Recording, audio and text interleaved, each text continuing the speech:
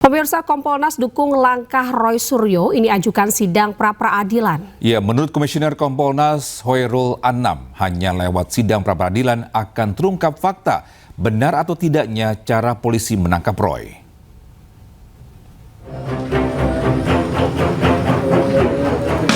Tersangka fitnah ijazah Jokowi Roy Suryo banyak bercerita jika penangkapan dirinya oleh Polda Metro Jaya tidak berperi kemanusiaan. Roy bahkan menyebut polisi memposisikan dirinya bak teroris hingga melanggar hak asasi manusia. Tak terima dengan perlakuan polisi, Roy lalu menggugat pra-peradilan Polda Metro Jaya. Para penyidik itu langsung masuk, langsung naik, bahkan langsung masuk kamar tidur. Ini yang tidak benar-benar tidak sopan ya. Langsung masuk kamar tidur, makanya saya kaget karena saya mendengar istri saya berteriak waktu itu. Ya kemudian saya langsung saya memang sudah ada di kamar kerja, ya pagi-pagi saya sudah kamar kerja, langsung saya menuju kamar dan ternyata di situ sudah berkumpul penyidik yang ada tanpa disertai satpam. Ya, jadi artinya mereka masuk begitu saja dan semuanya menggunakan penutup wajah. Adegannya memang tidak berlebihan kalau saya katakan, benar-benar seperti film pengkhianatan G30 SPKI. Komisioner Kompolnas Hoirul Anam menyebut sebagai tersangka dan warga negara, Roy memiliki hak untuk mengajukan sidang pra-peradilan. Hoirul Anam juga menyebut untuk memastikan apakah tindakan kepolisian tepat atau tidak, maka jawabannya ada di sidang pra-peradilan. Iya, saya kira langkah yang baik ya, menguji apakah benar dan tidak, menyalahi prosedur dan tidak dalam konteks penegakan hukum di mekanisme peradilan. Dan kita mendukung untuk setiap orang menggunakan haknya menguji itu, karena ini sekaligus untuk memastikan bahwa tindakan kepolisian itu juga profesional. Ya, diujinya ya di pra-peradilan. Oleh karenanya langkah yang diambil oleh Pak Roy Suryo dan Bu Tifa adalah langkah yang sesuai dengan hukum. Jumat 19 Juni, Roy Suryo ditangkap Polda Metro Jaya. Tak terima dengan cara penangkapan dirinya, Roy ajukan sidang pra-peradilan untuk mengugat Polda Metro Jaya. Sidang perdana pra-peradilan sudah digelar dengan membacakan 4 permohonan, yakni menguji keabsahan penangkapan, upaya penahanan, penggeledahan, hingga status pencekalan Roy Suryo. Tim Liputan iNews melaporkan. Ya, sementara itu Rismon Sianipar menyebut sidang pra-peradilan Roy Suryo untuk mengulur sidang fitnah ijazah. Tudingan Rismon ini ditangkis Abdul Ghafur Sangaji. Pengacara Roy itu juga menyebut sidang memang baru bisa dimulai jika pra-peradilan sudah selesai.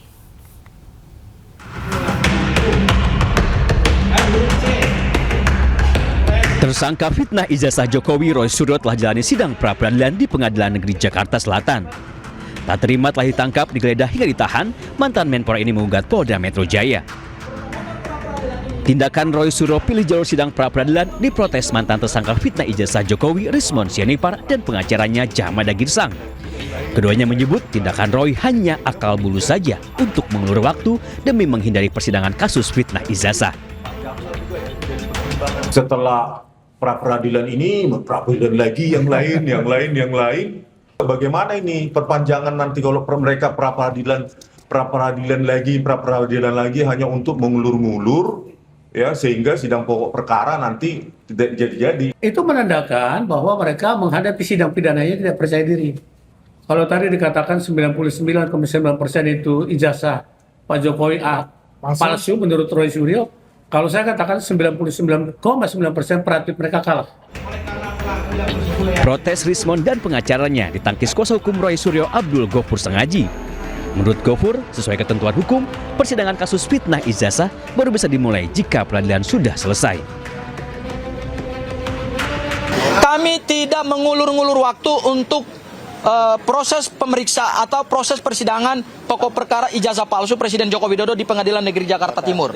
Kami tidak mengulur waktu karena memang ketentuan hukum acara pidana berdasarkan pasal 163 huruf E KUHP yang baru terhadap permohonan pra-peradilan, maka harus menunggu putusan pra-peradilan. Jadi, memang ketentuan hukum acara pidananya begitu. Ini hukum negara yang saat ini berlaku. Dan ini adalah hukum acara pidana terbaru, sehingga saya kira semua orang harus menghormati. Jumat 19 Juni, 2 tersangka fitnah ijazah Jokowi, Roy Suryo dan Dr. Tifa, ditangkap Polda Metro Jaya. Roy berdalih penangkapan dirinya melanggar prosedur, bahkan menurutnya mirip menangkap teroris. Tak terima, Roy ajukan sidang pra-peradilan menuntut Polda Metro Jaya. Tim Liputan iNews melaporkan. Pemirsa, Pengadilan Negeri Jakarta Selatan eksekusi apartemen milik Tifauzia Tiasuma atau Dr. Tifa di kawasan Tebet, Jakarta Selatan. Ya, eksekusi tersebut dilakukan usai Dr. Tifa tak mampu membayar hutang senilai 223 gram emas.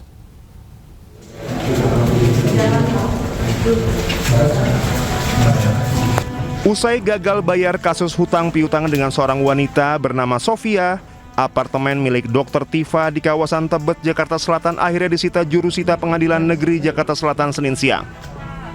Eksekusi unit apartemen di lantai 26 tersebut dilakukan usai Dr. Tifa tidak dapat membayar utang sebesar 145 juta rupiah yang telah dikonversi menjadi emas seberat 223 gram.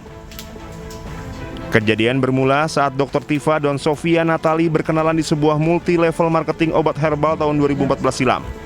Namun tiba-tiba pada tahun 2019, Dr. Tifa meminjam uang sebesar 50 juta rupiah. Berjalan dengan waktu, selama 1 tahun itu uang yang udah saya transfer ke dia sekitar 145 juta. Tanpa ada perjanjian apa-apa antara saya dengan dia, cuman hanya kepercayaan aja ya. Dan kemudian di 4,5 tahun kemudian baru saya bikin perjanjian sama dia.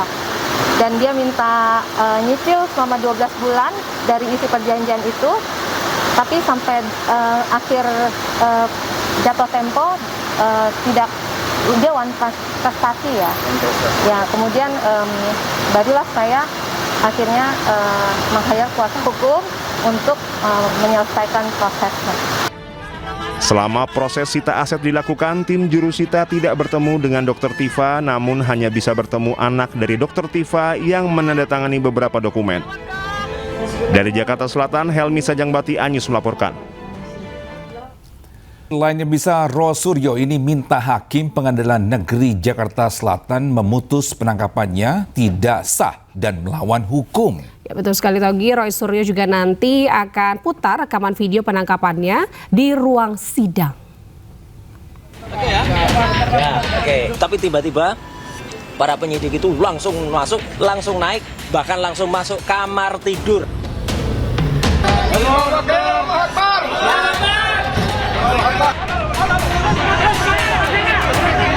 Tersangka kasus tudingan dugaan ijazah palsu Jokowi Roy Suryo menggugat pra-peradilan Polda Metro Jaya terkait sah atau tidaknya penangkapannya. Sidang perdana pra-peradilan Senin pagi membacakan 4 permohonan Roy Suryo, yaitu menguji keabsahan penangkapan, upaya penahanan, penggeledahan serta status pencekalan Roy Suryo. Roy Suryo sebagai pemohon menilai penangkapan, penahanan dan penggeledahannya melanggar hak asasi manusia serta melanggar hukum. Saat ada upaya paksa penangkapannya, Roy menyebut tidak adanya penetapan dari pengadilan, tidak ada RT RW serta tidak sesuai dengan KUHP baru. Pelanggaran yang sangat fatal.